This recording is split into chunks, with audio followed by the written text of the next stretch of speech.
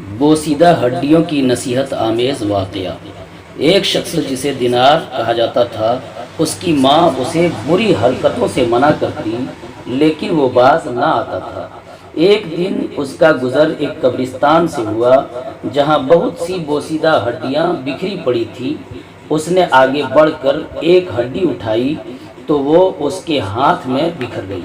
یہ دیکھ کر وہ سوچ میں پڑ گیا اور خود سے کہنے لگا، تیری ہلاکت ہو، ایک دن تو بھی ان میں شامل ہو جائے گا اور تیری ہڈیاں بھی اسی طرح بوسیدہ ہو جائیں گی، جبکہ جسم مٹی میں مل جائے گا۔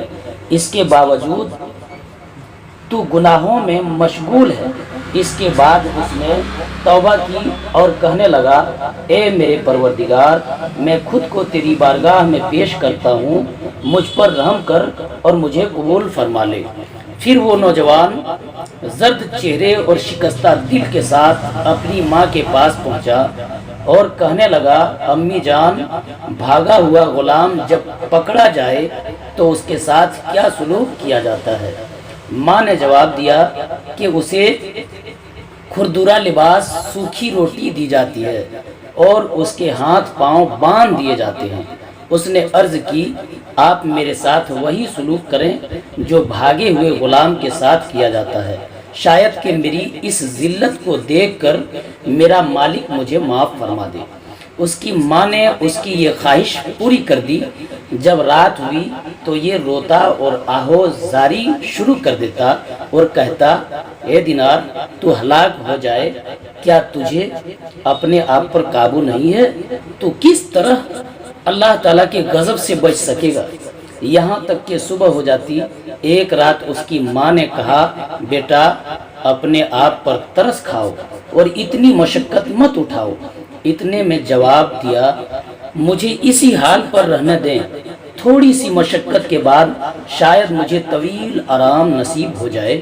امی جان، میری نافرمانیوں کی ایک طویل فہرست رب تبارک و تعالیٰ کے سامنے موجود ہے اور میں نہیں جانتا کہ مجھے مقام رحمت میں جانے کا حکم ہوگا یا وادی ہلاکت میں ڈال دیا جاؤں گا۔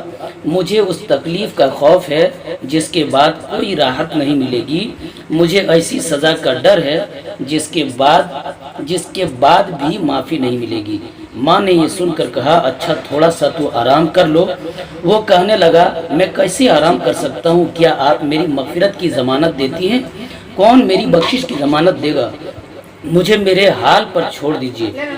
ایسا نہ ہو کہ کل لوگ جنت کی جانب جا رہے ہوں اور میں جہنم کی طرف۔ ایک مرتبہ اس کی ماں اس کے قریب سے گزری تو اس نے یہ آیت پڑھی، فَوَرَبِّكَ لَنَسْأَلَنَّهُمْ أَجْمَعِينَ عَمَّا كَانُوا يَعْمَلُونَ۔ تو تمہارے رب کی قسم، ہم ضرور ان سب سے پوچھیں گے جو کچھ وہ کرتے تھے۔ اور اس پر غور کرنے لگا یہاں تک کہ سانپ کی طرح لوٹنے لگا، بالآخر بے ہوش ہو گیا۔ اس کی ماں نے اسے پکارا لیکن کوئی جواب نہ ملا۔ وہ کہنے لگی، میری آنکھوں کی ٹھنڈک، اب کہاں ملاقات ہوگی؟ نوجوان نے کمزور سی آواز میں جواب دیا، اگر میں قیامت کے دن میں آپ کو نہ مل سکوں تو داروغائے جہنم سے پوچھ لینا۔ پھر اس نے ایک چیخ ماری اور اس کی روح پرواز کر گئی۔